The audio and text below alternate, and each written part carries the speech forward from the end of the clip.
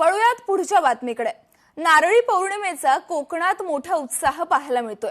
रत्नागिरीच्या कर्जुवेत मिरवणूक आयोजित करण्यात आलेली आहे आणि समुद्रात नारळ अर्पण करून मिरवणुकीला सुरुवात करण्यात आली।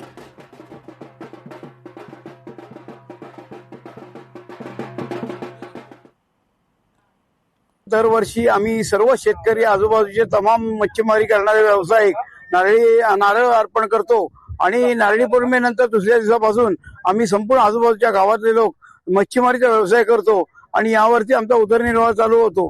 आणि दरवर्षी सागराला विनंती करतो की खवळलेला सागर आणि त्याने आम्हाला शांत हो आणि सर्व मच्छीमारांना वर्षवर्षी सांभाळ, पुढच्या वर्षीपर्यंत आम्हाला असंच सांभाळ, अशा प्रकारे संपूर्ण ग्रामस्थांकडे विनंती करण्यात येते।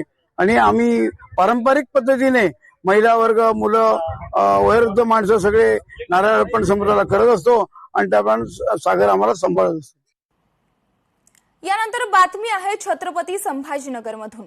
MIM नगरसेवकांच्या वडिलांचा विकास कामात हस्तक्षेपामुळे मनपात गदारोळ पाहायला मिळालाय।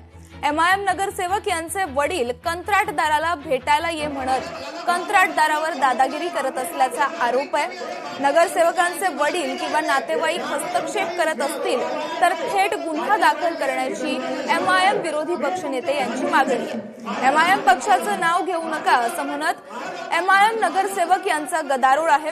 कंत्राटदारावर दादागिरी प्रकरणी नगरसेवकावर कारवाई करत पद रद्द करण्याची मागणी सुद्धा करण्यात आली।